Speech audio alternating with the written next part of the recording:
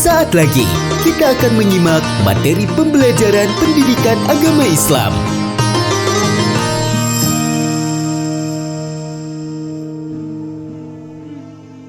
Assalamualaikum warahmatullahi wabarakatuh.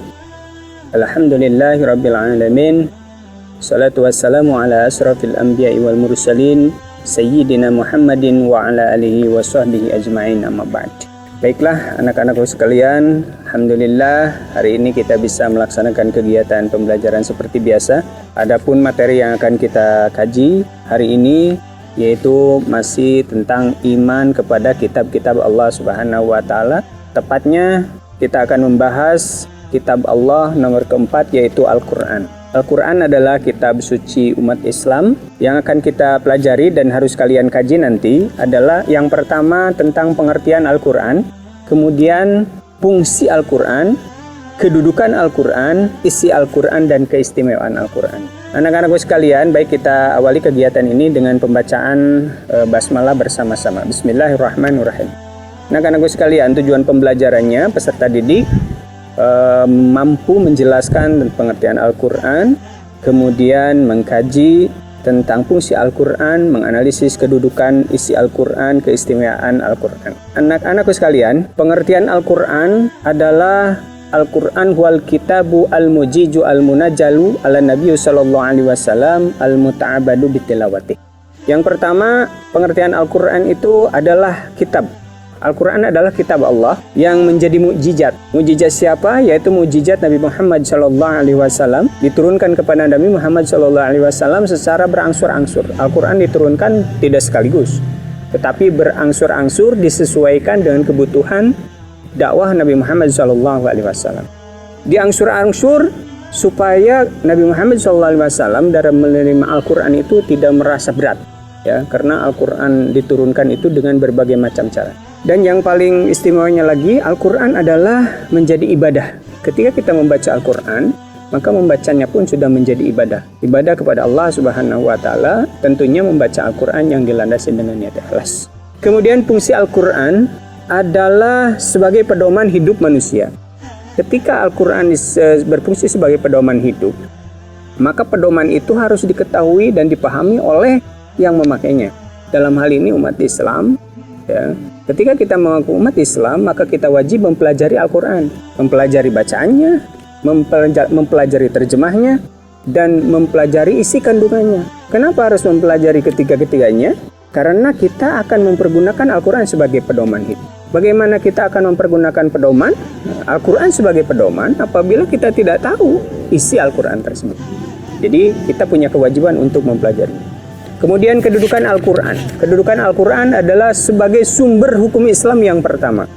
Apabila kita mengaku umat Islam, maka sumber dari segala sumber hukumnya harus diambil dari Al-Quran. Tidak boleh kita mengambil sesuatu selain Al-Quran.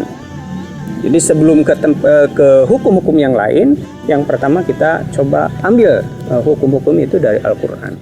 Walaupun nanti ada hadis, ada ijma ulama, ya. Tetapi pada akhirnya hadis dan ijma ulama, pendapat-pendapat para ulama, ketika ada perbedaan pendapat, dengan sendirinya akan kembali kepada Al-Quran dan Sunnah. Ya. Kemudian isi Al-Quran. Ya. Al-Quran yang jumlahnya menurut yang umum itu 6.660 ayat. Ya. 6.666 ayat. Ya. Isinya yang pertama berisikan akidah tentang keyakinan, ya, dan keimanan. Berbicara tentang hati, ya. Akidah itu berbicara tentang hati kita, keyakinan hati kita. Kemudian yang kedua ibadah. Ibadah itu adalah ritual, ya. Ketika kita sudah meyakini sesuatu, maka biasanya kita melaksanakan mengimplementasikan keyakinan itu dengan ritual ibadah. Sholat, zakat, berpuasa, itu ritual. Kemudian akhlak itu sifat, perilaku kita, diri manusia itu ada akhlak. Ya. Kalau akidah itu hatinya, kalau akhlak itu buktinya. Ya. Jadi kalau orang mau melihat hatinya, lihat saja akhlaknya, perilakunya. Yang keempat, muamalah, hubungan kita dengan sesama manusia. Ya. Kemudian ada kisos tentang hukum-hukum. hukum-hukum menghukumi sesuatu itu ada dalam Al-Quran. Umat Islam hari ini seharusnya menghukumi sesuatu dengan Al-Quran, ya.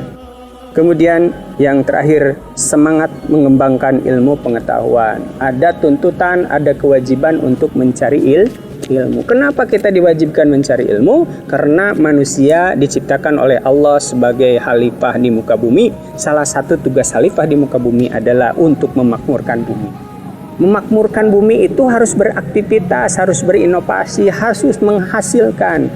Mustahil seorang manusia bisa beraktivitas, bisa berinovasi, bisa menghasilkan sesuatu tanpa ilmu. Maka muncullah kewajiban-kewajiban untuk mencari ilmu atau yang disebut dengan tolabul ilmu. Nah itu. Dan yang terakhir, keistimewaan Al-Quran. Yang pertama, Al-Quran akan terpelihara keasliannya.